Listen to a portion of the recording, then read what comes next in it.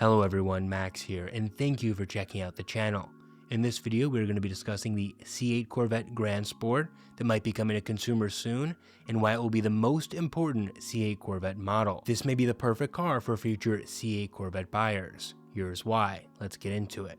Recently, a GM parts book leak revealed a potential 6.7-liter V8 LS6 in the works. Many folks believe this will belong to the 2027 C8 Grand Sport. Currently, there is a ton of model options and variations you can get on a C8 Corvette.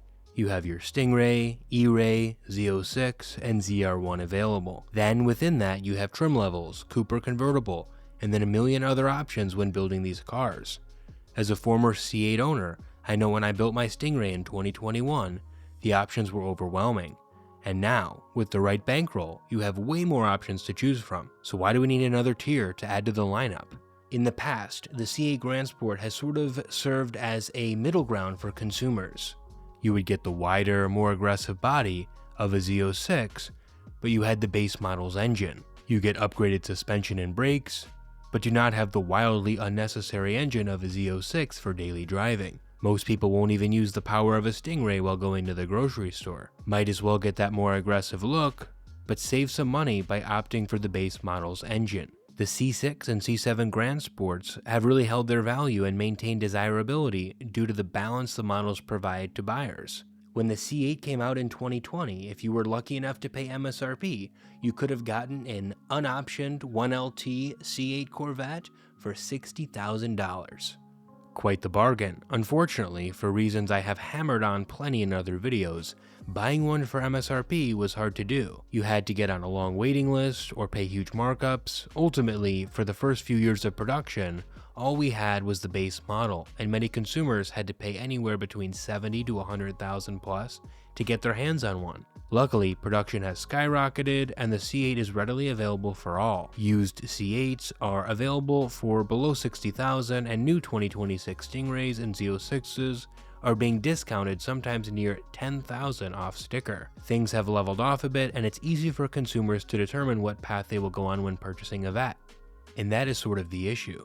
If you are in the market for a C8 and have the following budgets, your decision is sort of already made for you. If you have $50,000 to $60,000, you buy a used C8 with higher miles and a lower trim that may be an earlier model year.